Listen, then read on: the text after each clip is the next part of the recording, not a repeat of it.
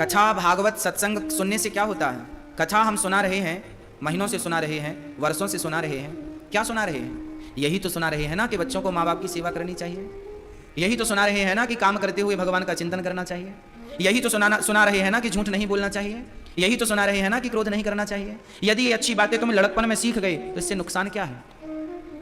जो लोग ये कहते हैं कि भागवत तो बुढ़ापे में सुननी चाहिए, यदि वो जवानी में भागवत सुन लें और वो सुन करके यदि ये धारण कर लें कि हमें झूठ नहीं सत्य के मार्ग पर चलना है, तो बुढ़ापे में फिर आप जवानी भर गलतियां करते हैं। हाँ, कहते हैं कि जवानी भर आदमी पैसा कमाता है, पैसा कमा कमा के शरीर बिगाड़ लेता है, फिर वही पैसा खर्च करके शरीर के इलाज में लगा देता है। तो जो पैसा कमाया था उससे शरीर बिगड़ गया, क्योंकि ध्यान दिया नहीं शरीर का, बस भागते गए। अब बुढ़ापे में डॉक्टर साहब ये कमर की दर्द ठीक करवा दो, ये करवा दो, अर्थात जो पैसा कमाया था वो आपको ठीक करने में खर्च हो रहा है। तो पैसा भी नहीं बचा, शरीर भी बिगाड़ लिया। इसलिए जीवन जीने का सही मार्ग भागवत जी दिखाती हैं। भागवत यही तो सिखाती हैं कि काम करते हुए कैसे भगवान का चिंतन करना है, गृहस्थ जीवन में रहते हुए कैसे भगवत प्राप्ति करनी है। ये सभी मार्ग, यदि सभी रास्ते हमें लड़कपन में पता चल जाएं तो हमारी जवानी और हमारा बुढ़ापा दोनों सुख से व्यतीत होगा। हमारे पास कितने बुजुर्ग आते हैं और वो पता है क्या कहते हैं? बोले महाराज जी, बुजुर्ग भी आते हैं, बच्चे भी आते हैं, जवान भी आते हैं, सब लोग यही कहते हैं कि हम पहले अंधकार में थे, अब प्रकाश में आ गए। अर्थात पहले हम कैसे जीवन जीते थे उसका हमें कोई सही मार्ग नहीं मिलता था कि हम क्या करें, कहाँ जाएं, कैसे जीवन जिएं। भागवत श्रवण करने से ना एक पॉजिटिविटी आती है, शरीर की, जीवन की एक नकारात्मकता से छुटकारा मिलता है। भागवत हमें पॉजिटिव करती है, नेगेटिविटी को मिटाती है। हाँ भक्तों, एक छोटी सी कथा स्मरण आ गई। दो मित्र थे, बहुत प्यार था दोनों में, साथ में पढ़ाई की, एक ही गांव के थे, एक साथ रहते थे, एक साथ खाते थे, एक साथ पढ़ाई की, संयोग से नौकरी भी एक साथ लगी, एक ही जगह पर लगी। एक दिन गाड़ी से जा रहे थे तो एक्सीडेंट हो गया। संयोग देखिए, दोनों हॉस्पिटल पहुंच गए। संयोग ये भी था कि हॉस्पिटल में एक ही कमरे में दोनों को रखा गया। अब फर्क केवल इतना था कि एक मित्र को उस कमरे में एक खिड़की थी, विंडो बड़ी सी थी, तो खिड़की की तरफ उसका पलंग था, खिड़की के सामने इस दीवार की तरफ दूसरे फ्रेंड का पलंग था। अब जो खिड़की की तरफ था वो बाहर ही देखता रहता था, तो ये पूछा करता था तुम बाहर क्या देख रहे हो? तो वो कहता था कि यहाँ बहुत बड़ा पार्क है, बहुत बड़े पेड़ लगे हैं, लोग आ रहे हैं, लोग नाच रहे हैं, बच्चे खेल रहे हैं। वो अच्छी बात करता। अब इसे धीरे धीरे जलन होने लगी कि देखो ये तो खिड़की के पास रहता है, सब देखता है, हमें तो कुछ नहीं मिलता। अब वो सोचने लगा यदि मेरा पलंग खिड़की के पास चला जाता तो ये सब नज़ारा मैं भी देखता। एक दिन वो जो खिड़की के पास पड़ा था उसे अटैक आ गया। वो तड़प रहा था पर इसने डॉक्टर को नहीं बुलाया, इस चक्कर में कि ये मर जाएगा तो मुझे कम से कम खिड़की तो मिल जाएगी। वो सही में मर गया। उसे ले गए। मित्रता तो थी पर मित्रता कब किस रंग में पहुंच जाए कौन जानता है। डॉक्टर से इसने कहा, नर्स आई, डॉक्टर साहब हमें, सिस्टर हमें खिड़की के पास कर दीजिए। जब इसका पलंग खिड़की के पास गया तो इसे लगा अब मैं देखूंगा कैसा पार्क है, कैसा क्या है। ये जब गया तो वहां ना पार्क था, खिड़की के उस तरफ एक दीवार थी बहुत गंदी सी, ओनली दीवार थी, ना पार्क था, ना कोई बच्चे थे, ना कोई, केवल दीवार थी खड़ी। अब ये समझ गया, सच्चाई तो ये थी कि वो दीवार, जो खिड़की के पास मित्र था, वो इसकी तरफ पॉजिटिविटी भेजता था कि देखो सुंदर सा पार्क है, बच्चे खेल रहे, ताकि इस मेरे मित्र का मन प्रसन्न रहे। जबकि वहां था कुछ नहीं, पर अपनी ही बातों से वो उसे प्रसन्न करता था। ये उसे पॉजिटिव कर रहा था, जबकि वो इससे ईर्ष्या करने लगा। ये उसे पॉजिटिव करता, वो इसे इसकी तरफ नेगेटिविटी भेजता। कुछ नहीं था, अब पश्चाताप हुआ, पर अब पछताए होते क्या जब चिड़िया चुग गई खेत। जीवन में ये छोटी सी कहानी हमें ये समझाती है कि आप सामने वाले को क्या दे रहे हैं, उसे पॉजिटिव कर रहे हैं या उसे नेगेटिव कर रहे हैं। कहते हैं पांव पकड़ के खींचने वाले तो बहुत मिलते हैं, पर हाथ पकड़ के खींचने वाले बहुत कम मिलते हैं। अब आप ये देखिए कि आप पांव पकड़ के खींचने वाले हैं या हाथ पकड़ के खींचने वाले हैं। हाँ, तो कथा सुनने से आप पॉजिटिव होते हैं, और ये पॉजिटिविटी यदि लड़कपन और जवानी में आ गई तो विश्वास दिलाता हूं कि बुढ़ापा बहुत सुख से व्यतीत होगा। बुढ़ापा को सुखमय बनाने के लिए कथा को लड़कपन और जवानी से प्रारंभ कर देना चाहिए सुनना। तो जो लोग ये बच्चे कहते हैं कि हमारा कोई समय थोड़ी है कथा सुनने का, हमारी कोई उम्र थोड़ी है कथा सुनने की, अरे भाई क्यों नहीं है तुम्हारी उम्र कथा सुनने की? सही ज्ञान लेने की भी क्या कोई उम्र होती है?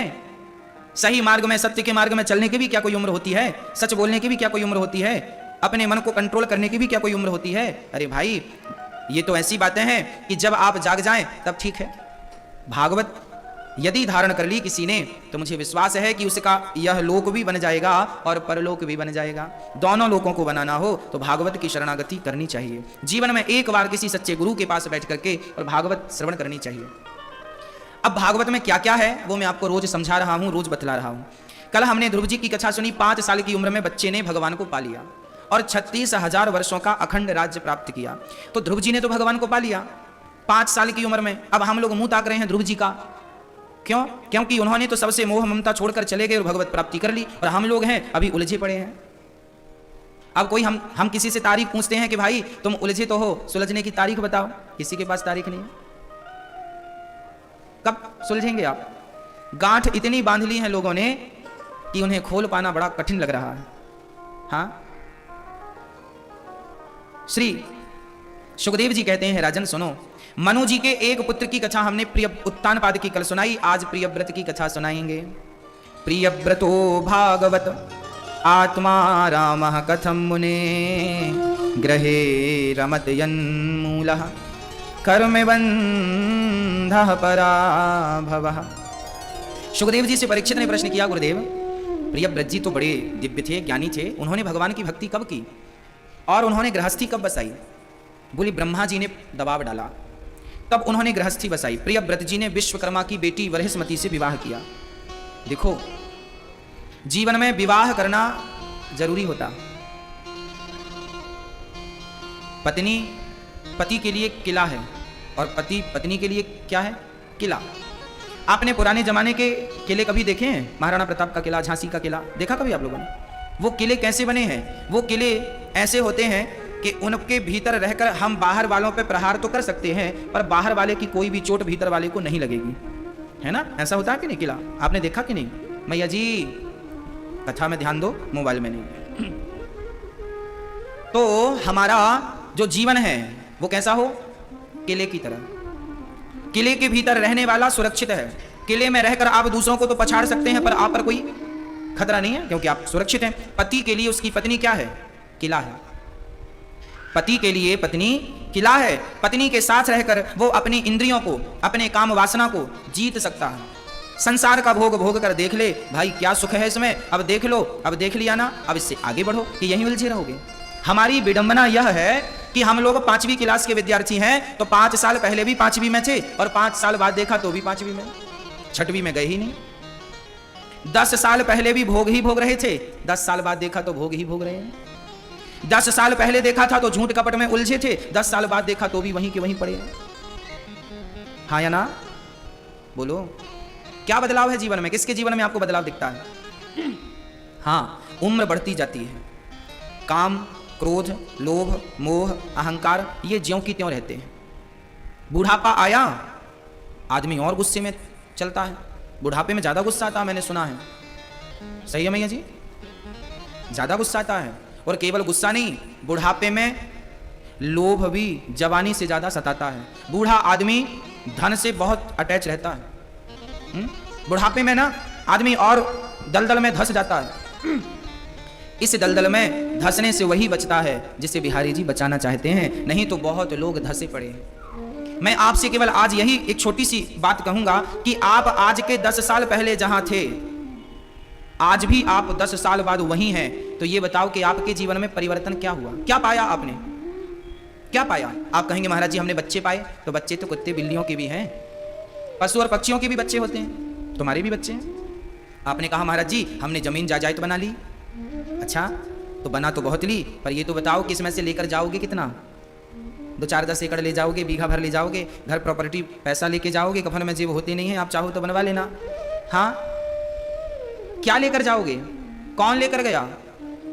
जो प्रॉपर्टी तुमने यहां बनाई है, याद रखना वो यहीं की है, यहां से आगे उसका कोई तुम्हारे से संबंध नहीं है, यहीं है। बच्चे हैं, यहीं हैं। अकेले तो तुम्हें ही जाना है। तुम ये बताओ कि तुम्हारे साथ क्या जाएगा? क्या किया तुमने जो तुम्हारे साथ जाएगा? हम जीवन में जो पुण्य करते हैं वही हमारे साथ जाता है। ना तो बेटा जाएगा, ना तो पत्नी जाएगी, ना तो परिवार जाएगा। एक राजा की 4 पत्नियां थीं। राजा बहुत बुढ़ा हो चुका था, शरीर साथ नहीं दे रहा था, पत्नियां 4 थीं। हाँ, एक दिन उसके गुरुजी ने कहा बेटा तेरा बुढ़ापा आ गया है, कभी भी मर सकता है, संसार से मन हटा, ये राज मोह से मन हटा और भगवान में मन लगाओ, सन्यास ले लो। राजा को बात अच्छी लगी। राजा बोले ठीक है गुरुजी मैं सन्यास लेता हूँ, पर उसे लगा कि मैं जंगल में अकेला जाऊंगा तो कौन सेवा करेगा? अपनी पत्नियां, मेरी 4 पत्नियां हैं, चलो पत्नियों को लेकर चलता हूँ। तो उसको, राजा को सबसे छोटी, 4 नंबर की, आखिरी वाली, जिससे अभी कुछ वर्षों पहले विवाह किया था, वो बहुत प्यारी थी, वो जवान भी थी, सुंदर भी थी। उसके पास गया, सुनो सुनो हम तुमसे बहुत प्यार करते हैं, हम तुमसे बहुत प्यार करते हैं। हाँ हाँ बताओ प्यार करते हैं तो? बोले आप हमारे साथ चलो, हम संन्यास ले रहे हैं, आप हमारे साथ चलो।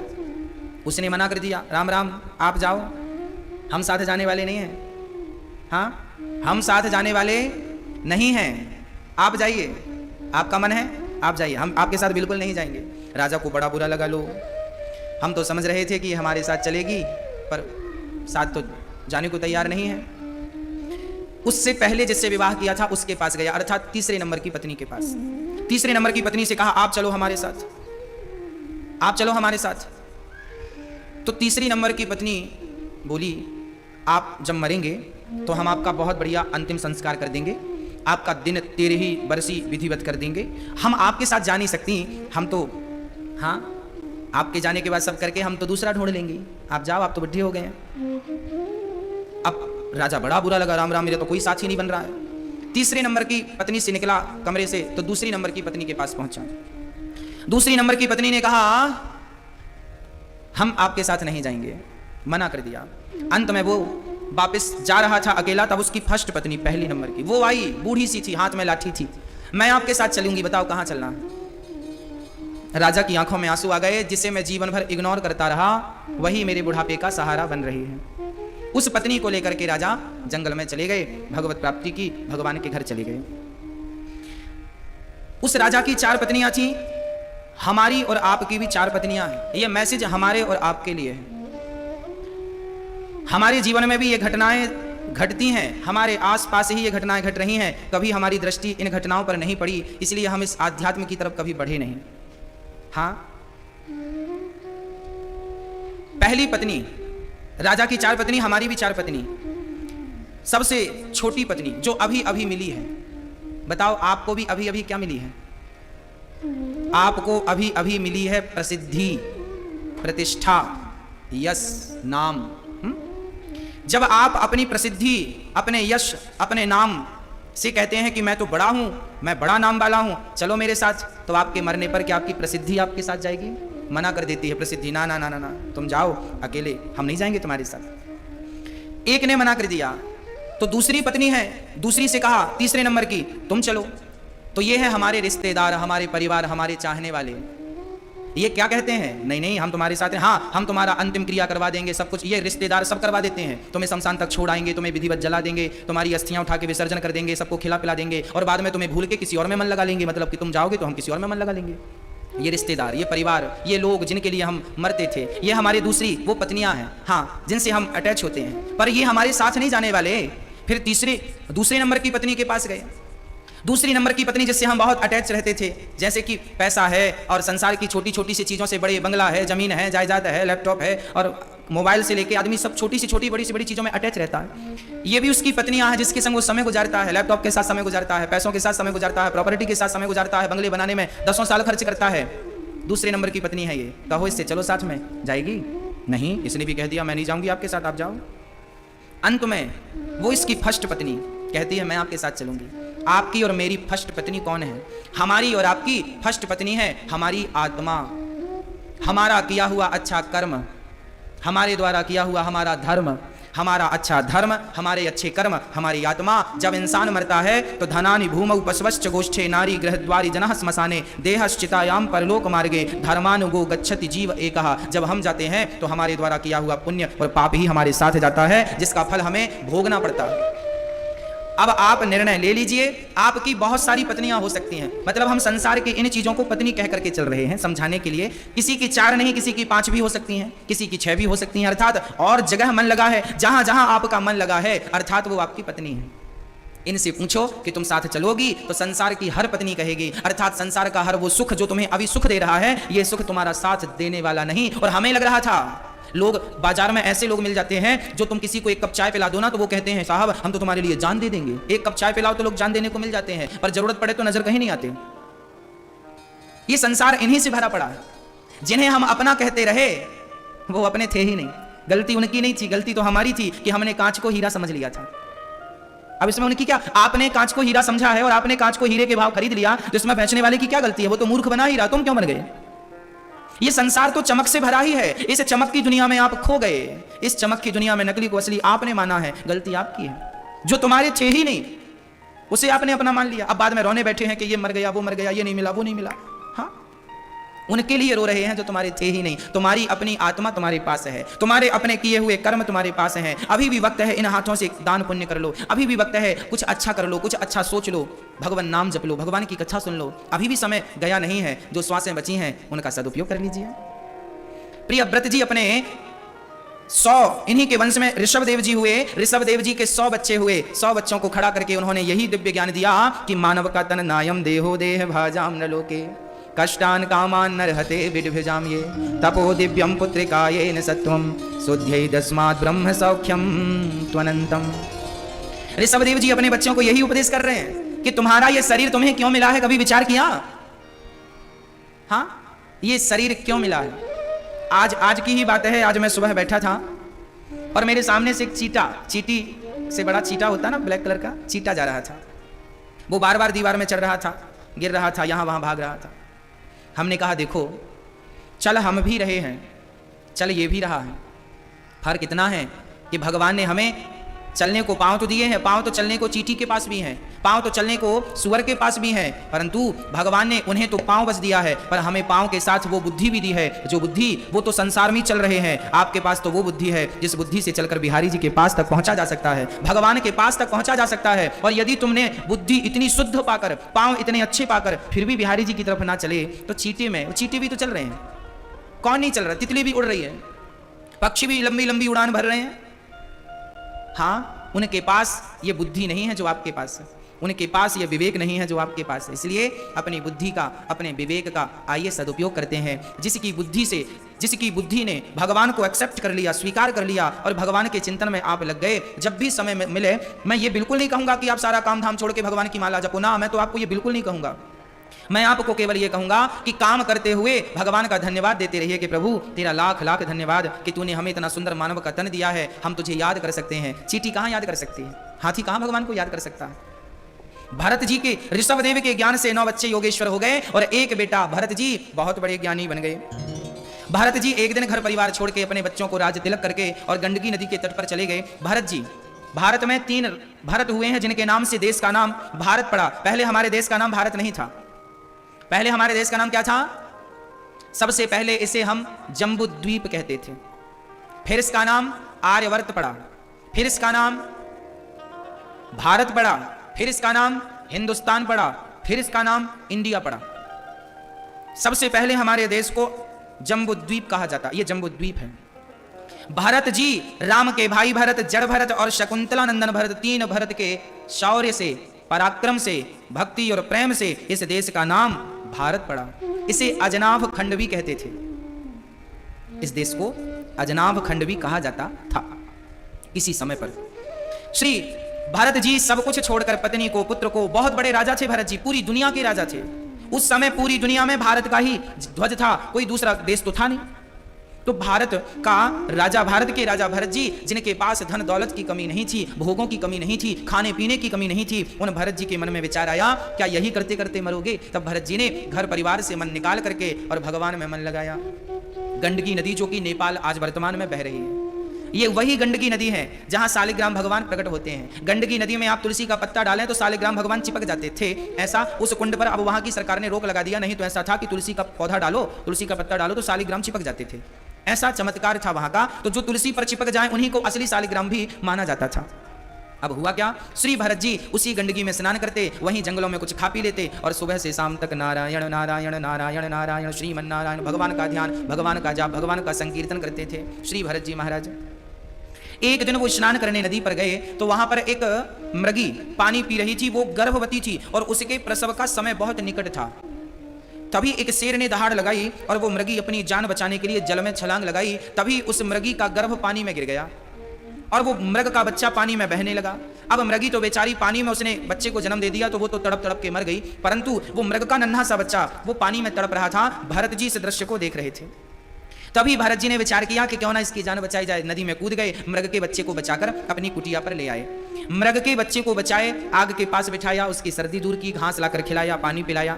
मृग के बच्चे से उनका प्रेम हो गया, दोनों रहने लगे। भरत जी ने गलती क्या की कि भरत जी, देखिए जान बचाना गलत नहीं था, पर भरत जी ने गलती ये कर दी कि उस मृग के बच्चे से प्रेम कर लिया। मेरा मृग, मेरा मृग, मेरा मृग, मेरा मृग, ये तो मेरा। अब उसके लिए अब घर परिवार छोड़े थे भगवान का भजन करने को, अब सब छूट गया भजन वजन, मृग की घास ही इकट्ठी करते रह गए, मृग मृग ही जपते रह गए। और अंत में क्या हुआ, भरत जी के मृत्यु का समय आ गया। तब वो विचार करने लगे कि मेरे मरने के बाद इस मृग का क्या होगा, और मृग का चिंतन करते करते भरत जी ने प्राण त्याग दिए, मर गए। जब यमराज जी के पास गए तो यमराज जी ने कहा, आप तो मृग का चिंतन करते करते आए हैं, इसलिए आपको मृग बन के जाना पड़ेगा। अंते या मति सा गति, मरने वाले की मति जैसी होगी गति वैसी ही होगी। इसलिए हम आपसे कहते हैं कि आप मरते समय भगवान में मन लगाइए, कहीं आपका भी मन संसार में लग गया तो आपकी भी दुर्गति हो जाएगी। भारत जी का मन तो मृग में लगा, आजकल भी लोग कुत्ते वत्ते बहुत पाल रहे हैं, उनके मन उन्हीं में लगा है। कहीं इनका मन भी लगा रहा कुत्ते में कि मेरे मरने के बाद मेरे कुत्ते का क्या होगा, तो इनको ही आना पड़ेगा बन के। एक आदमी हमसे बोला, गुरुजी हमारा कुत्ता बड़ा ईमानदार है। हमने कहा इसलिए ईमानदार है क्योंकि ये कुत्ता पिछले जन्म में तुम्हारे दादाजी थे। उसे बड़ा बुरा लग गया, महाराज जी क्या बात कर रहे हैं, दादाजी कुत्ता कैसे बनेंगे। हमने कहा तुम्हारे दादाजी जब मरे थे ना, तो वो यही सोच रहे थे कि मेरा बेटा बड़ा लापरवाह है, घर का कौन ख्याल रखेगा, घर की कौन देख रेख करेगा, तो भगवान ने उसी घर का कुत्ता बना के भेज दिया, तुम ही देख रेख करना पूरी। तो आपकी मति जैसी होगी गति वैसी ही होगी। अच्छा, आपकी शक्ल जैसी होती है फोटो वैसी ही आती है कि नहीं। एक मैया जी फोटो खिंचाने स्टूडियो चली गई, 2-3 घंटे तो बढ़िया उन्होंने अपना मेकअप किया, बाल वाल ठीक किए और बढ़िया खूब डेंटिंग पेंटिंग की। जब वो घर से चली फोटो खिंचाने स्टूडियो में, तभी एक जोर की आंधी आ गई। तो वो जा रही थी और जोर की आंधी आई तो उनके बाल, उनका मेकअप धूल से भर गया, चिड़िया का घोंसला बन गए बाल। अब वो फिर पहुंच गई स्टूडियो। हाँ भैया जरा फोटो लेना हमारी। स्टूडियो वाले ने कहा, बहन जी जरा कंघी तो कर लीजिए। अरे क्या बात करते हो, मैं 3 घंटे सच के आई तो तुम हमें कंघी बता रहे हो, तुम फोटो उतारो, हमने कितना महंगा मेकअप किया है। हाँ जल्दी से आप फोटो क्लिक करो। फोटो वाले ने कहा, आपने श्रृंगार तो किया था, पर जब आप रास्ते में आई ना तो रास्ते में आपका सब बिगड़ गया। नहीं नहीं नहीं कुछ नहीं बिगड़ा, तुम तो फोटो हमने तो किया है हमारे चेहरे पर। चलो तुम कह रहे हो तो खींच देते। फोटो वाले को क्या खींच दी, जैसी फोटो जैसा चेहरा था वैसी फोटो आई, बिखरे हुए बाल आ गए, धूल आ गई, मिट्टी आ गई। इसका तात्पर्य क्या है, इस छोटी सी बात का तात्पर्य यह है कि जब हम जन्म लेते हैं तब तो हम ठीक रहते हैं। मतलब उस महिला ने घर में तो मेकअप किया, घर में तो वो सुंदर लग रही थी, बढ़िया थी, बिगड़ा कहाँ, रास्ते में। उसी प्रकार जब हम जन्म लेते हैं ना माँ के गर्भ से, तब हम ठीक रहते हैं। छोटे से बच्चे के भीतर ना तो काम है, ना तो क्रोध है, ना तो लोभ है, ना तो किसी प्रकार की कोई बुराई है, ना बदले की भावना है। पर रास्ते में अर्थात ज्यों उम्र बढ़ी तो इसी रास्ते में विषयों की ऐसी आंधी चली, ऐसी आंधी चली कि हमारी शक्ल बिगड़ गई। हाँ, हम तब कामी नहीं थे जब छोटे थे, बड़े हुए तो कामी हो गए। छोटे थे तो क्रोधी नहीं थे, बड़े भए तो क्रोधी हो गए। छोटे थे तो लोभी नहीं थे, बड़े भए तो लोभी हो गए। सारे विषय सारे विकार कहाँ मिले, रास्ते में तो सब बिगड़ा। और जैसी शक्ल रहेगी तस्वीर वैसी ही आएगी। उसी प्रकार मरते समय आपके मन की स्थिति जैसी होगी, क्योंकि कैमरे 2 प्रकार के होते हैं। एक कैमरा वो होता है जो आपके मोबाइल में होता है, आपके चेहरे को क्लिक करता है ना, चेहरे की फोटो लेता है। एक दूसरा कैमरा डॉक्टरों के पास होता है जिसे हम एक्सरे कहते हैं। एक्सरे के नीचे जब आप जाएंगे तो वहां पर आपके चमड़ी की फोटो नहीं आएगी कि आप हंस रहे हैं कि रो रहे हैं, फोटो कहां की। इस कैमरे में तो हंसती और रोती फोटो आती है, स्माइल की फोटो आती है, पर वो एक्सरा वाला जो है वो चमड़ी की फोटो लेता ही नहीं। वो कहां की लेता है, ओनली हड्डियों की। उसी प्रकार भगवान के पास भी एक तीसरा कैमरा है। वो तीसरा कैमरा ऐसा है कि जब आदमी मरता है ना तो भगवान मरने वाले के मन की फोटो खींचते हैं, इसके मन में क्या चल रहा है। और जो इसके मन में होता है, आदमी जब मरता है ना तो उसकी इच्छाएं रहती हैं मरते समय। जैसे अभी हम तो अच्छी बात कर रहे हैं, बोल रहे हैं, 5 मिनट बाद ही मरना हो तो मन में तो बहुत सारी चीजें चल सकती हैं ना, किसी के भी। आपके मन में भी चल रही हैं, ये हो जाता हमारा काम, ये बन जाता हमारा काम, ऐसा हो जाता तो ऐसा कर लेते, ऐसा कर लेते तो ऐसा हो जाता, ये सब सोच रहे हैं, तभी प्राण निकल गए। तो मन में तो बहुत कुछ चल रहा था, तो जो चल रहा था अब आपको वो बनना पड़ेगा।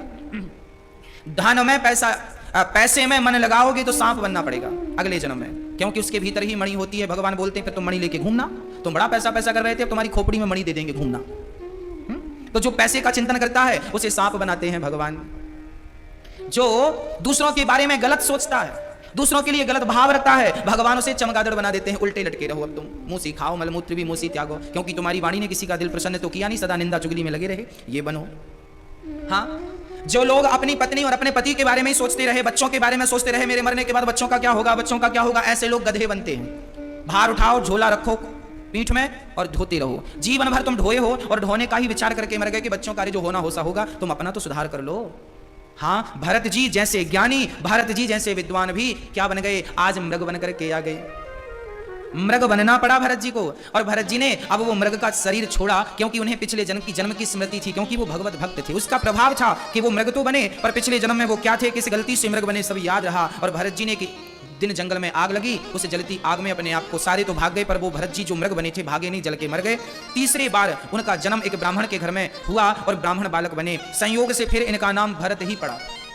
पिताजी इन्हें गायत्री याद करा रहे हैं, रुद्राष्टाध्याय याद करा रहे हैं, कुछ ज्ञान हासिल कर लो, ब्राह्मण बालक हो, पर कोई ज्ञान हासिल नहीं किया, तो पिता ने कह दिया ये जड़ है, मूर्ख, जड़ मीन्स मूर्ख, तो नाम पड़ गया जड़ भरत। इन्हें लोग क्या पुकारने लगे, बोले जड़ भरत के नाम से पुकारने लगे, इनका नाम जड़ भरत है। अब भरत जी बोले ये अच्छा है कि पागल की मोहर लग गई, अब कोई बातचीत नहीं करेगा। अब भरत जी घर में रहते, रोटियां खाते, भगवान का भजन करते, तो भौजाइयों ने कहा कि दिन भर बैठा बैठा खाता है, काम धाम कुछ करता नहीं, तो भाइयों ने हाथ पकड़ के घर से निकाल दिया। बोले जाओ खेत में धान बोदी है, चिड़ियों को उड़ाना।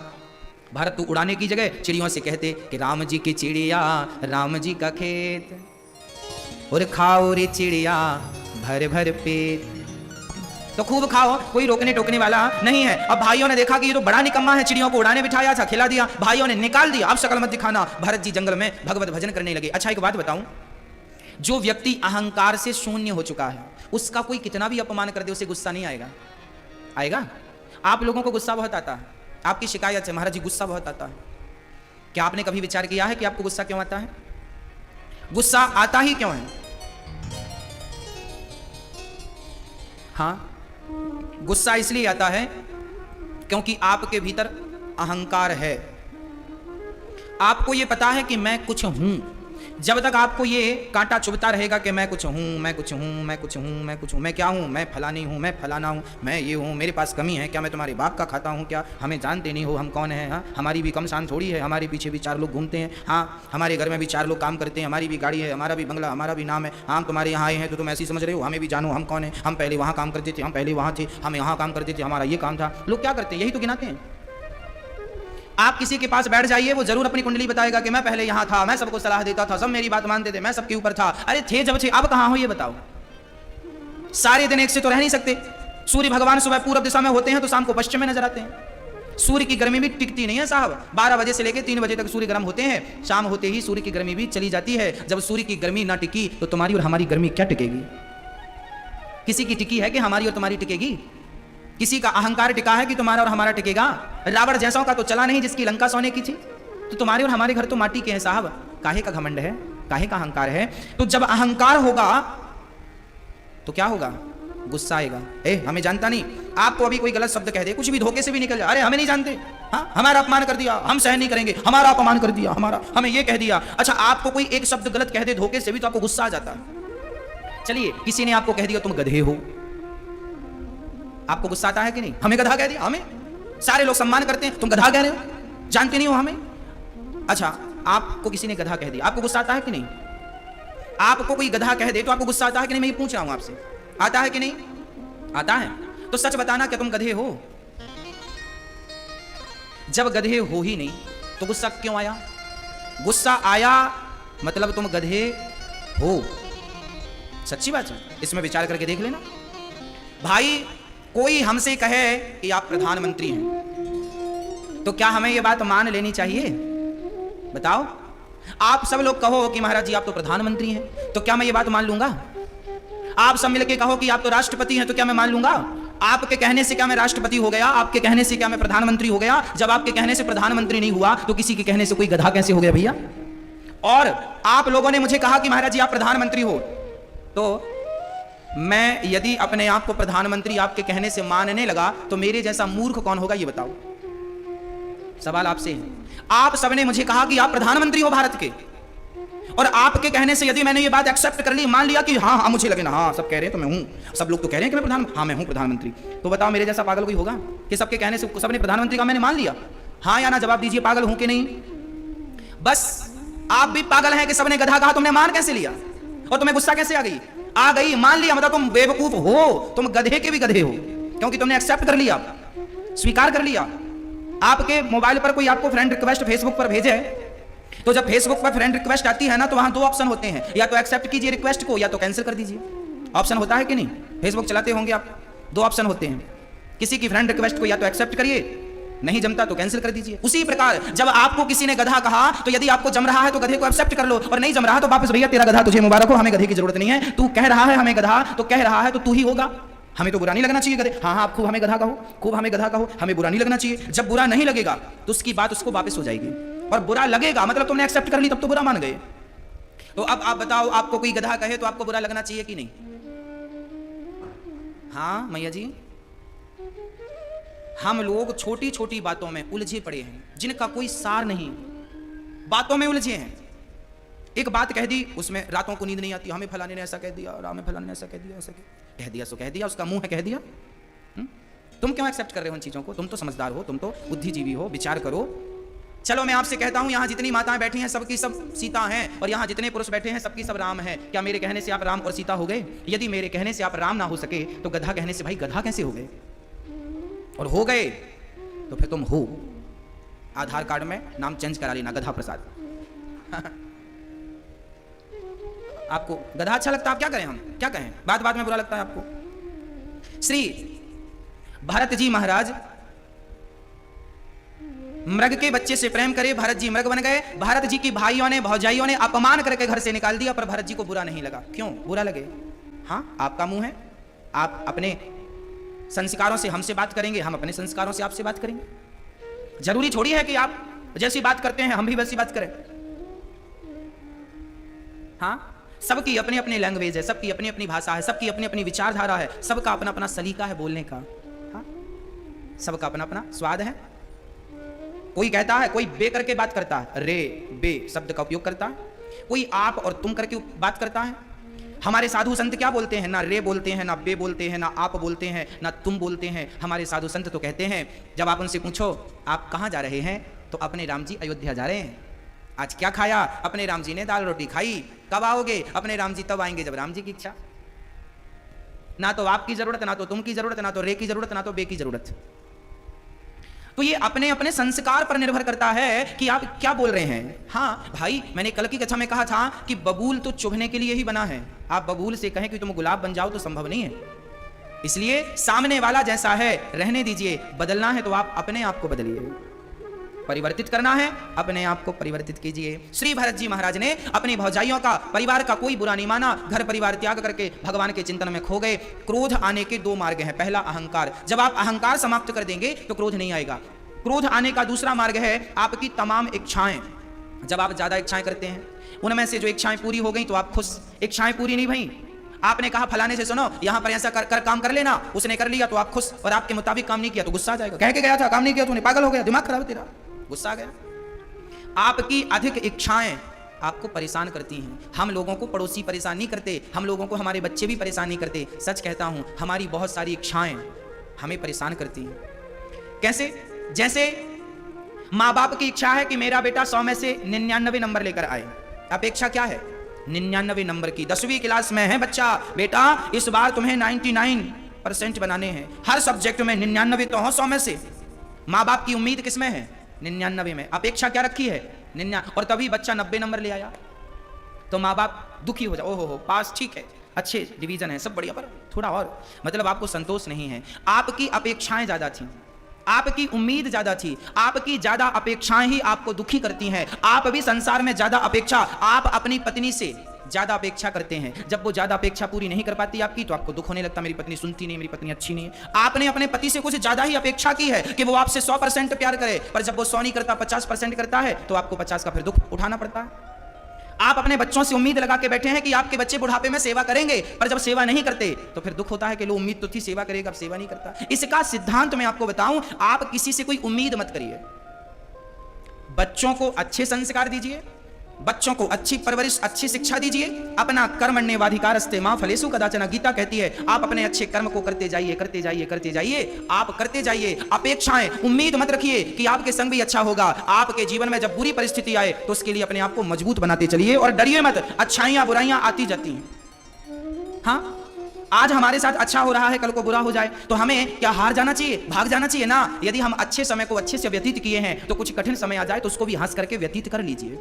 भागिए मत मैदान छोड़ के, आंसू मत बहाइए। आपके जीवन में जब खुशियां आती हैं ना, बहुत खुशियों से खुशियां मनाते हैं, पर जीवन में कुछ कठिन समय आ जाए तो आप रोने लगते, महाराज जी हम बड़े दुखी हैं, बड़े दुखी हैं। दुख नहीं है, वो कठिन समय है जिसे बहुत गंभीरता से तुम्हें गुजारना चाहिए। उस कठिन समय का डट करके सामना करो, ना कि पांव पीछे कर लो ना। आगे बढ़ते जाओ, बढ़ते जाओ, बढ़ते जाओ। हाँ, जहां चाह है वहां राह है। आपकी चाह ही नहीं है आगे बढ़ने की तो राह मिलेगी नहीं। उन्हीं को राह नहीं मिल रही है जिनकी चाहत समाप्त हो गई है। इसलिए चाहत जगत की ना हो, चाहत जगन्नाथ की हो। हे जगन्नाथ जी, बस आपकी चाहत में आगे बढ़ना है। सब कुछ तो मिला है, बस आपको पाना बाकी है ना। हे प्रभु, हमें सब कुछ मिला है ना। एक घटना घटी। भरत जी महाराज जब चले तो एक सिंधु सौवीर देश का एक राजा था जो पालकी पर चढ़ करके सत्संग करने गंगा सागर जा रहा था। अचानक उनकी पालकी का एक कहार बीमार पड़ गया। तो कहारों का मुखिया था, भरत जी को कंधे पे पालकी रख दी, तुम पालकी उठाओ। भरत जी पालकी लेकर चले। भरत जी के सामने बहुत सारी चींटियां आईं तो भरत जी को लगा पांव रखेंगे तो मर जाएंगी, तो छलांग लगा दी। सारी चींटियां बच गईं, पर राजा रहुगण के पालकी सिर पे टकरा गई। राजा रहुगण बोला, कौन है ये उछल कूद करने वाला, देख के नहीं चल सकता। कहारों ने कहा, महाराज नया नया भर्ती हुआ है, बिना इंटरव्यू का है, कुछ जानता नहीं है, उछल कूद कर रहा। समझाओ। समझाया, राजा खतरनाक है, ठीक ठीक चलना, नहीं मृत्यु दंड देगा। राजा चल पड़े। भरत जी संत थे। दूसरी बार फिर चींटियां रास्ते में आई। अब की बार भरत जी ने ऐसी छलांग लगाई कि राजा रहुगण की पालकी मस्तक पर ऐसी टकराई, रक्त बहने लगा। राजा रहुगण ने जब अपने रक्त देखा, आग बबूला हो गया। आज तुझे छोड़ूंगा नहीं, तूने मेरा अपमान किया है, मेरा सिर फाड़ डाला, आज तुझे छोड़ूंगा नहीं, आज तुझे मृत्यु दंड देकर रहूंगा। भरत जी को मन में विचार आया कि आज इसे उपदेश करना अति आवश्यक है। अच्छा, क्या कह रहा है रहुगण, मैं तुम्हें मृत्यु दंड दूंगा, मैं तुम्हें मृत्यु दंड दूंगा। भरत जी ने कहा, यह बताओ तुम मारोगे किसे। अच्छा ये बताओ, मरता कौन है, शरीर मरता है या फिर आत्मा मरती है? कौन मरता है? शरीर मरता है। शरीर मरता है। कितनी चीजों से मिलकर बना है शरीर? हमारा शरीर 5 चीजों से मिलकर बना है, पृथ्वी, जल, वायु, अग्नि, आकाश, 5। इन 5 चीजों से मिलकर यह शरीर निर्मित हुआ है। अंत में क्या होगा? ये 5 चीजें 5 में जाकर मिल जाएंगी। पृथ्वी तत्व पृथ्वी में, वायु तत्व वायु में, अग्नि तत्व अग्नि में, जल तत्व जल में और आकाश तत्व आकाश में। सारे तत्व मिल जाएंगे। शरीर तो मिट गया, चला गया। अब ये बताओ, हमने जो पाप किया है, हमने जो पुण्य किया है, उस पाप और उस पुण्य का फल कौन भोगेगा? हमने तो,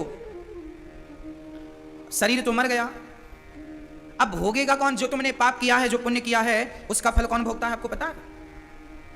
शरीर अलग है, आत्मा बिल्कुल अलग है। कैसे? जैसे मोबाइल अलग है और सिम कार्ड बिल्कुल अलग है। 2 हैं, मोबाइल अलग है, सिम अलग है, पर सिम जब तक मोबाइल में ना जाए तब तक मोबाइल अधूरा है। उसी प्रकार शरीर मोबाइल सेट की तरह है और आत्मा उस सिम कार्ड की तरह है। अब ये आपको बताना है कि हमने जो पुण्य किया है, जो पाप किया है, इसका फल कौन भोगेगा? कौन भोगेगा मैया जी, आप बताओ। मैया जी, ओ मेरी माँ, कौन भोगेगा? कौन भोगेगा मैया जी? शरीर तो यहीं जल गया, हमारे सामने ही जल जाता चिता में, शरीर थोड़ी भोगता है। आत्मा कहेंगे आप तो आत्मा भी सुख दुख से परे है। नैनम छिंदंती शस्त्राणी नैनम दहती पावकः। लिखा है गीता में, आत्मा को कोई सुख नहीं होता, कोई दुख नहीं होता, लिखा है। कुछ नहीं होता आत्मा का। आत्मा तो जैसे ये प्रकाश है, इसे ना तो आप काट सकते हैं ना जला सकते हैं, प्रकाश तो प्रकाश है।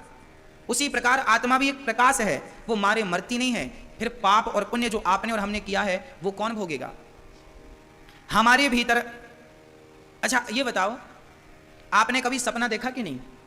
स्वप्न, जब आप सपना देखते हैं ना, तब आप 2 हो जाते हैं। एक तो शरीर वो होता है जो घर में पड़ा होता है बिस्तर पर, एक शरीर वो होता है जिससे आप सपना देखते हैं। सपने में आप हरिद्वार चले गए, सपने में आप वृंदावन आ गए, सपने में आप प्रयागराज पहुंच गए, तो आप तो घर में कमरे में सो रहे हैं, ये हरिद्वार कौन चला गया?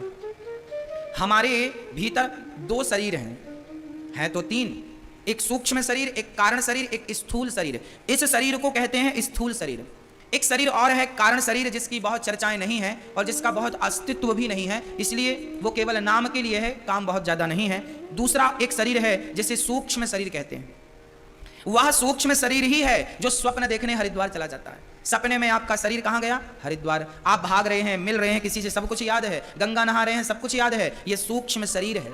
जब हम मरते हैं तो हमारा ये शरीर तो जल जाता है, पर वो सूक्ष्म शरीर जलता नहीं है। आत्मा इस शरीर से निकलती है, उस सूक्ष्म शरीर में प्रवेश करती है, और सूक्ष्म शरीर और आत्मा दोनों फिर भगवान के घर यमराज जी पकड़ कर ले जाते हैं।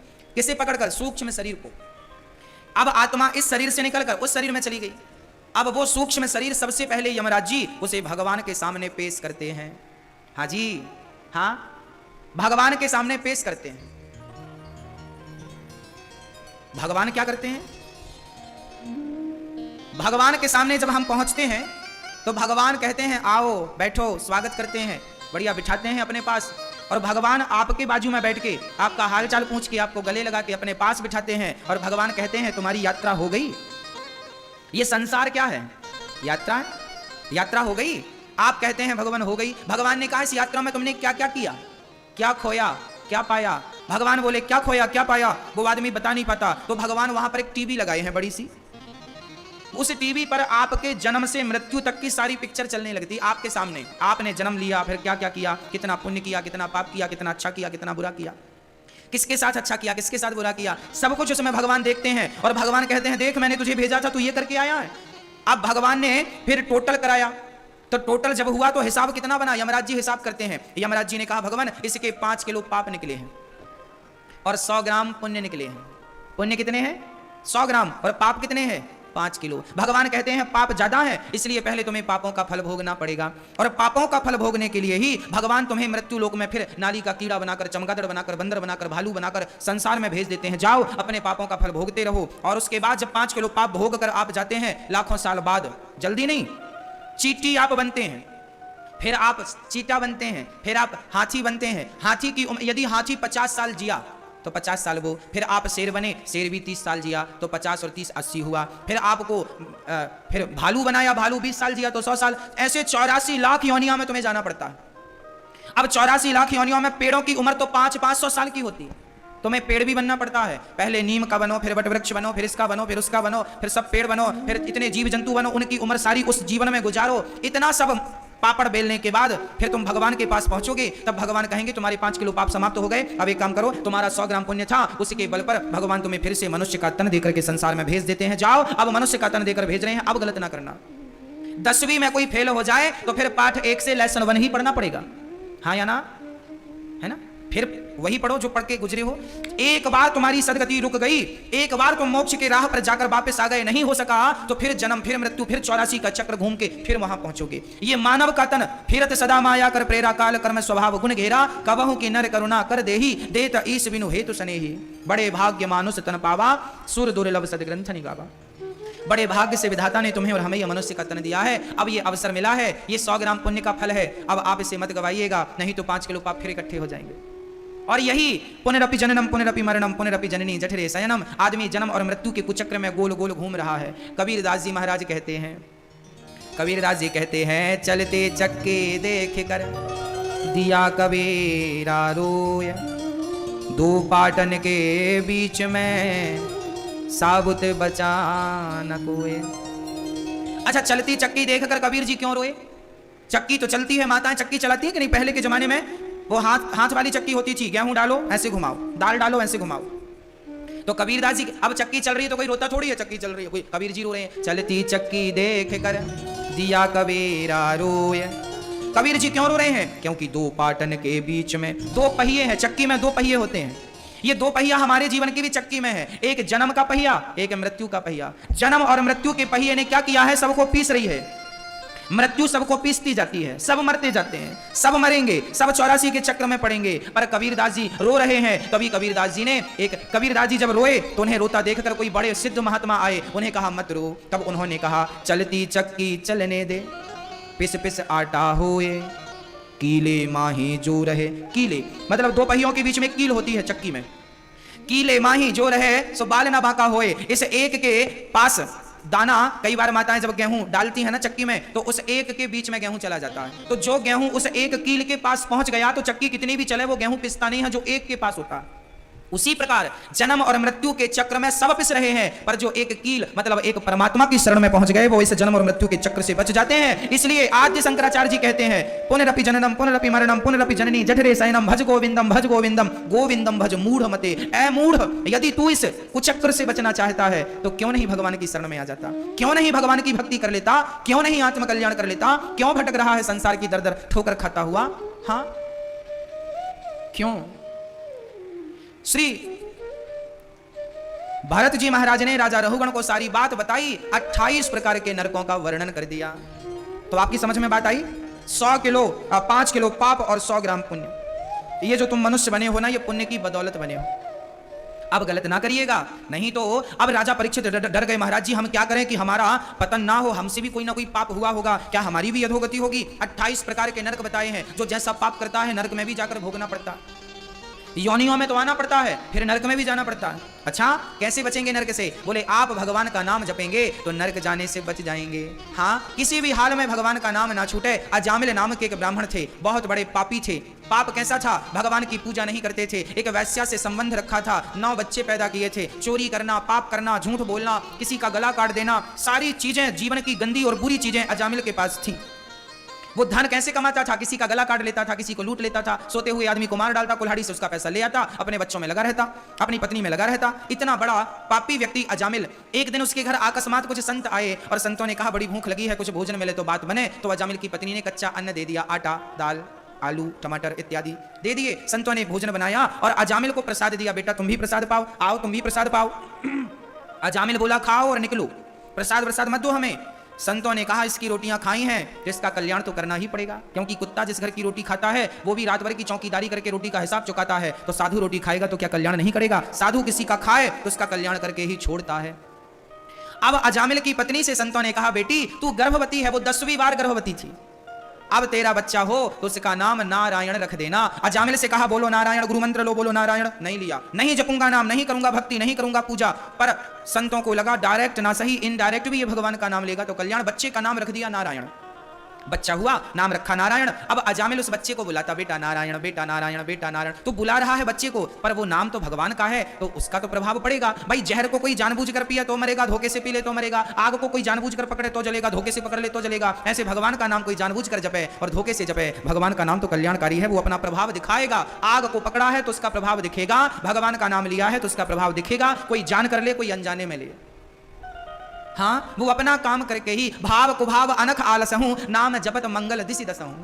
कोई भाव से कुभाव से कैसे जपे? अजामिल जैसा पापी अब नारायण नारायण जपने लगा। एक दिन क्या हुआ, अजामिल को लेने यमराज यमदूतों को भेजते हैं, जाओ ये बहुत बड़ा पापी है, इसे लेकर के आओ। अब यमदूत आए, गले में फांसी का फंदा डाला, अजामिल को लेकर जाने लगे। अजामिल डरा, चिल्लाया, पास में बच्चा खेल रहा था, आवाज लगाई, दूरे क्रीडन का सक्तम पुत्रम नारायण आवयम लावितेन स्वरेण उच्चैराजु हावा जितेंद्रिया। बेटा नारायण, बेटा नारायण बुलाया अपने बेटे को, पर बेटे ने नहीं सुना। परमपिता परमात्मा ने सुन लिया, विमान भेज दिया, जाओ मेरा भक्त मुझे मृत्यु के समय पुकार रहा है, जाओ से लेकर आओ। अजामिल को लेने के लिए यमदूत तो खड़े थे, पर पार्षद लोग आए, यमदूतों से कहा भाग जाओ, ये हमारा बन चुका है, क्योंकि मरते समय इसने भगवान का नाम ले लिया।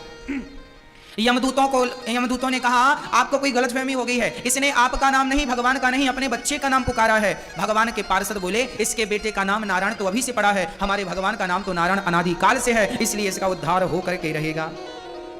भगवान का नाम जप लिया। अंत समय में आप याद रखिएगा, जीवन कैसे भी निकले चलेगा, पर मरते समय आपको ना सावधान होना चाहिए। आप लोग सावधान रहिए मेरी मां, बिल्कुल सावधान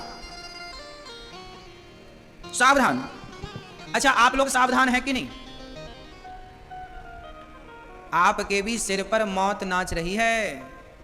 सुई की घड़ी की टिक टिक टिक टिक टिक टिक टिक टिक रोज आपकी एज कम कर रही है और आप अभी भी सो रहे हैं। उठ जाग मुसाफिर भोर भई, अब रैन कहां तू सोवत है, जो सोवत है वो खोवत है, जो जागत है वो पावत है। ये उम्र सोने की नहीं है, जागो। और मैं कहता हूं मरने की तैयारी में लग जाओ। हरिद्वार जाना था, एक मैया को 2 सूटकेस तैयार किया, जाना था केवल 10 दिन के लिए। तो 10 दिन की यात्रा में 2 सूटकेस चाहिए, तो जहां सदा के लिए जाना है वहां के लिए कितने सूटकेस? वहां के लिए आपने एक छोटा सा बैग भी तैयार नहीं किया, सब यहीं की तैयारी चल रही है बस। हम ये कहते हैं चलो लड़कपन गुजर गया मस्ती में, कोई बात नहीं, जवानी गुजर गई मस्ती में, कोई बात नहीं, अरे आधा बुढ़ापा भी निकल गया तुम्हारा संसार के विषयों में, कोई बात नहीं, पर अब यदि सुन रहे हो तो अब तो जाग जाओ, अब नहीं तो कब, अब नहीं तो कब। इसलिए अब जाग जाओ, आज नहीं जागे तो फिर कभी नहीं जागोगे। इसलिए मरते समय अपना मन संसार से हटा लो और मन भगवान में लगा दो, यही उत्तम मृत्यु है। मरते समय भगवान का चिंतन करना। और मैं आपसे फिर निवेदन कर दूं, घर में तो मरना ही मत, और हॉस्पिटल में तो बिल्कुल भी नहीं। हाँ, आपको कहां मरना चाहिए? इसलिए हम कहते हैं मरने के 5 साल पहले ही, 10 साल पहले ही, 60 साल के हो जाओ, 50 साल के हो जाओ तो धीरे से संसार से मन हटा दो, पर 60 साल में अपने आप को पक्का करके घर से निकल जाओ। मरना भला है दूर का, जहां ना अपना कोय, पशु पक्षी भोजन करें, कोटि यज्ञ फल होए। घर में मरोगे, घर वाले मरने नहीं देंगे, विश्वास ना हो तो मर करके देख लेना। आप घर में मरेंगे, घर वाले मरने बिल्कुल नहीं देंगे। जब आप मरने लगेंगे ना तो लोग आपके पास बैठ के रोने लगेंगे, घेर के बैठ जाएंगे। अभी आप मरे नहीं हैं पर लोग रो रहे हैं। हाँ, और ये कौन लोग रो रहे हैं? ये वही लोग रो रहे हैं जब आपको जरूरत थी पानी की, पानी नहीं पिलाया, जब आपको जरूरत थी रोटी की, रोटी नहीं खिलाया, जब आपके पांव में दर्द था, आपको चाहत थी कि कोई पांव में जरा तेल लगा के नेक दबा दे, कोई पांव दबाने वाला नहीं मिला, आपके कंधे में कोई हाथ रखने वाला नहीं मिला। बुढ़ापे का दर्द अकेलेपन में गुजारते रहे, बुढ़ापा अकेलेपन में गुजार दिया, सारा कष्ट बुढ़ापे का अकेले सहकर जब मृत्यु की सैया पर पड़े तो ये दुनिया वाले रोने के लिए आ गए। ये वही लोग हैं जो जीते जी आपके काम ना आ सके, आपके कंधे पे हाथ ना रख सके। मरने लगोगे ना, सारे रिश्तेदार, सारा गांव सब इकट्ठा हो जाएगा। और अभी आप मरे नहीं हैं, लोग रोएंगे। हाँ, जिससे जैसा बन पड़ेगा लोग रोएंगे। और आप यदि थोड़ी समझदार है ना तो मरे मरे जरा पड़े पड़े जरा मजे लीजिएगा, देखो तो थोड़ा प्रसन्न होइएगा। वैसे इतनी समझ तो होती नहीं है, इतनी समझदारी कि हम क्या अपेक्षा आपसे करें। मरते हुए व्यक्ति को भी जरा पड़े पड़े देखना चाहिए। लो, ये वो लोग आए हैं जो जीवन में कभी दिखे ही नहीं, जरूरत पड़ने पर। आज आप अपने भाई से कहना, भैया जरा हमारे को काम है, जरा आओ हमारा काम सधवा दो, काम करवा दो, जरा हेल्प कर दो। भैया बोल नहीं नहीं नहीं काम है, तुम अपना कर लो। और उसी को पता चल जाए कि तुम मरने वाले हो, सारा छोड़ के आएगा। हाँ या ना? हाँ या ना? आप अभी अपने बेटे से कहो, बेटा जरा आओ, हम तुम्हारे संग बैठना चाहते हैं, प्यार की बातें करना चाहते हैं, तुम्हारे साथ कुछ पल गुजारने चाहते हैं। बेटा कहेगा, माँ बहुत बिजी हूँ, माँ काम है, माँ काम है। और उसी को पता चल जाए माँ मर गई तो तुरंत आ जाएगा, बोले अब तो झंझट गई, माँ मर गई, जल्दी से काम धाम करेगा, फिर निकल जाएगा। तुम जिनके लिए रोते रहे, कभी उनसे पूछा है कि वो तुम्हें कितना प्रेम करते हैं? कहते रहे प्रेम करते हैं। जीवन का हर दर्द अकेले ही गुजारना है आपको। इसलिए आप अभी से भगवान में मन लगाइए, यही तुम्हारे हैं, मेरे तो गिरधर गोपाल, दूसरों ना कोई। हाँ, जब मरने लगोगे ना लोग हिलाएंगे, हमें पहचानो, हमें पहचानो, हमें पहचानो। अच्छा, मरते आदमी को लोग यही कहते हैं, हमें पहचानो। कोई ये नहीं कहता भगवान को पहचानो, भगवान नहीं नहीं, हमें पहचानो, हमें देखो, हमें पहचानो। तुम्हें पहचान भी लेंगे तो क्या फायदा होगा? तुम तो 13 दिन बाद हमारे नाम के रसगुल्ले खा के चले जाओगे। हाँ, ये लोग जितने रोने वाले हैं ना, ये सब 13 दिन बाद फिर आएंगे। आज रो रहे हैं, 13 दिन बाद सब हंसते हुए, भाई एक रसगुल्ले वाला बहुत बढ़िया रसगुल्ला, किसने बनाया? ये तुम्हारे मरे का रसगुल्ला खाने को तड़प रहे हैं, तुम मरो तो सही। तुम कहते रह गए हमारे मरने के बाद क्या होगा, क्या होगा? रसगुल्ले बटेंगे तुम्हारे मरने के बाद, तुम मरो तो सही। किसी का क्या बिगड़ा है किसी के मरने से? इसलिए ये गलतफहमी निकाल दो कि हमारे बाद क्या होगा, सब बढ़िया होगा। कोई भूखा नहीं मरेगा तुम्हारे मरने के बाद भी। तुम तो अपनी सदगति इसी चक्कर में ना कर पाए कि ये सब मेरे हैं, मेरे हैं। जब तुम मरना तो कभी पलट कर एक बार देखना कि तुम्हारे लिए कितने लोग रो रहे हैं। कोई रोता नजर नहीं आएगा, सब ठीक हो जाएंगे। हाँ, सही है या गलत है? कौन रोता है किसके लिए, कितने दिन रोता है? इस बात पर बहुत बढ़िया बात कबीरदास जी ने कह डाली। राधे राधे भक्तों, आप लोग कैसे हैं? जय श्री राम। ज्ञान कर्म संन्यास योग। हे अर्जुन, यह सनातन योग में मैंने सबसे पहले विश्वान को बताया था। विश्वान ने इस मनु को और मनु ने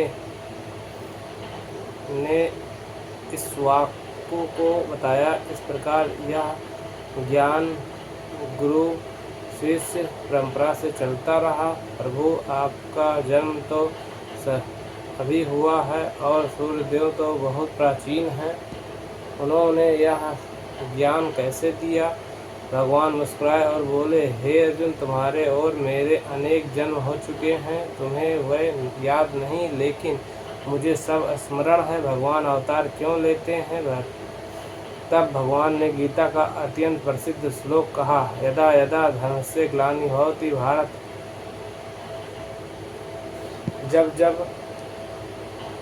जब जब धर्म की हानि होती है, अधर्म बढ़ता है, तब तब मैं अवतार लेता हूँ, साधुओं की रक्षा, दुष्टों का विनाश और धर्म की स्थापना के लिए मैं युग युग में प्रकट होता हूँ। भगवान के जन्म और कर्म दिव्य। भगवान ने आगे कहा, मेरा जन्म और मेरे कर्म दिव्य हैं, जो उन्हें अनेक वास्तविक रूप में समझ लेता है, वह शरीर छोड़ने के बाद पुनः जन्म नहीं लेता है, बल्कि मुझे प्राप्त होता है। ठीक है। ज्ञान की महिमा। भगवान बोले, इस संसार में ज्ञान से बढ़कर कोई पवित्र वस्तु नहीं है, लेकिन यह ज्ञान केवल पढ़ने से नहीं मिलता है। इसके लिए विनम्रता से श्रद्धा और गुरु की सेवा आवश्यक है। विनम्र हो के गुरु के पास जाओ और श्रद्धा से प्रश्न रखो, उनकी सेवा करो, और तब ज्ञानी महापुरुष उन्हें सत्य का ज्ञान देंगे। जैसे प्रज्वलित अग्नि लकड़ियों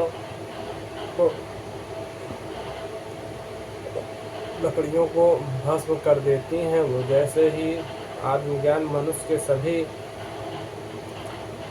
सभी कर्म बंधनों को नष्ट कर देता है। भगवान का समय समय पे धर्म की रक्षा के लिए अवतार लेते हैं। भगवान के जन्म और कर्म दिव्य हैं। सच्चा ज्ञान गुरु की कृपा, श्रद्धा और सेवा से प्राप्त होता है। ज्ञान अज्ञान और पाप के अहंकार को मिटा देता है। श्रद्धावान लभते ज्ञान तत्पर सतैंदी। अर्थ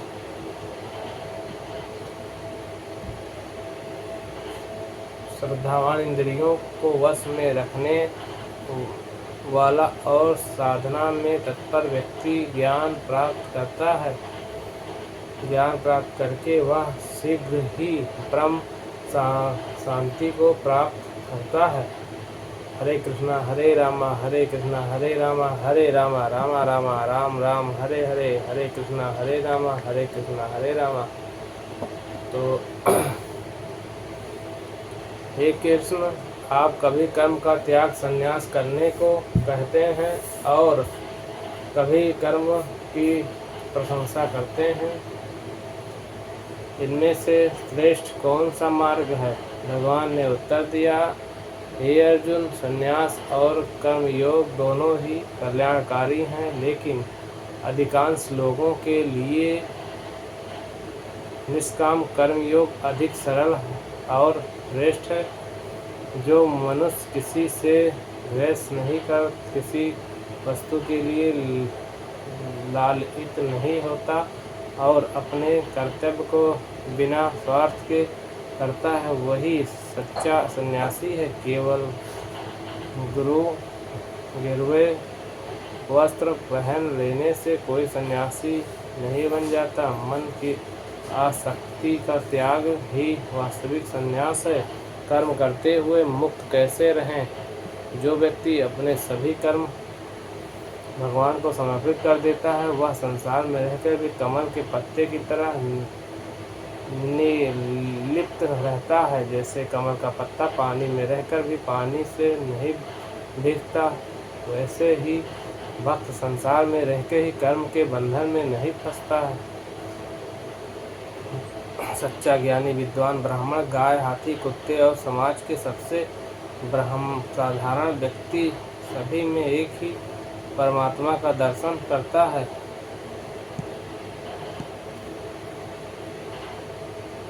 शांति कैसे मिलेगी? भगवान ने कहा, मनुष्य को शांति तब मिलेगी जब वह अपनी इच्छाओं पर नियंत्रण रखता है, क्रोध को जीतता है, अहंकार छोड़ता है, अपने कर्म भगवान को अर्पित करता है।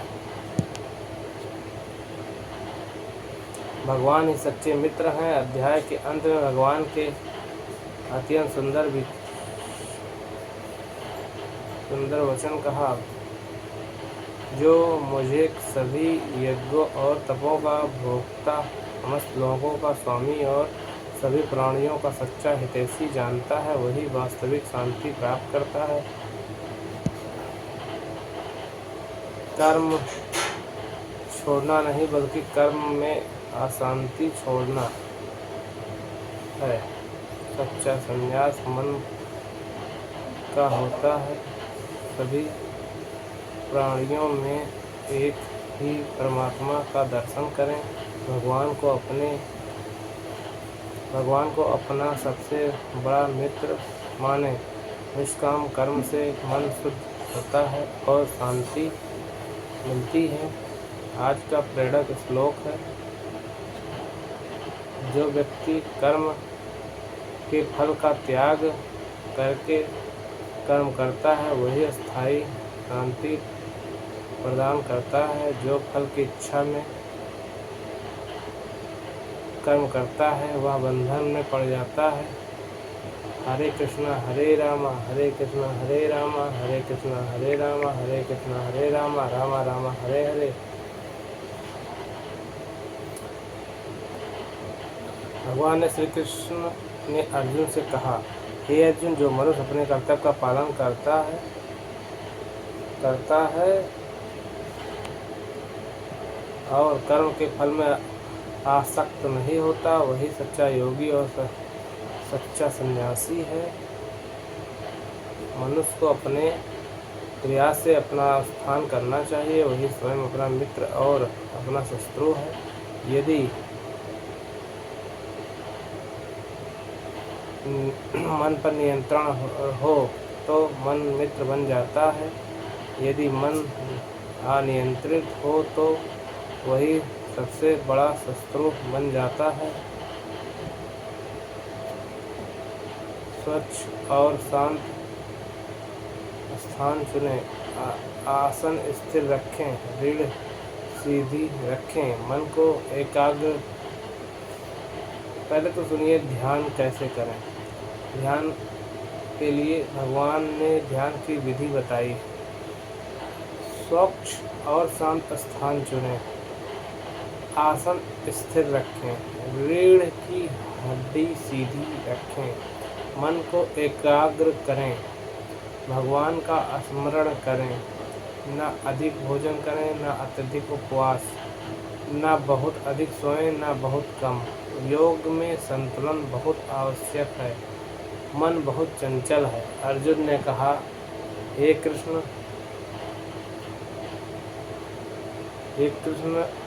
अत्यंत चंचल, बलवान और हठी है। इसे वश में करना वायु को रोकने जैसा कठिन लगता है। भगवान ने उत्तर दिया, निसंदेह मन चंचल है, लेकिन अभ्यास, बार बार प्रयास और वैराग्य, अशांति का त्याग उसे वश में किया जा सकता है। यदि कोई साधक पूरी स्थिति प्राप्त करने से पहले ही मृत्यु का प्राप्त हो जाए, उसका क्या होगा? हे अर्जुन, जो ईश्वर की ओर एक कदम भी बढ़ाता है, उसका प्रयास कभी व्यर्थ नहीं हो जाता। ऐसा साधक अगले जन्म में श्रेष्ठ परिवार योगियों के घर का जन्म लेता है, अपने पिछली साधना को आगे बढ़ाता है। सभी योगियों में वह योगी सबसे श्रेष्ठ है, जो श्रद्धा और प्रेम से मेरा स्मरण करता है और मुझ में मन लगाता है, मेरी भक्ति करता है। मन को अभ्यास और वैराग्य से नियंत्रित किया जा सकता है। जीवन में संतुलन आवश्यक है। सच्चा योग केवल आसन नहीं बल्कि मन को भगवान में स्थिर करना है। अत्यधार्मिक प्रयास कभी व्यर्थ नहीं जाता है। प्रेम और भक्ति से भगवान का स्मरण करने वाला योगी बन जाता है। जय श्री राम, जय राधे राधे, जय श्री कृष्ण।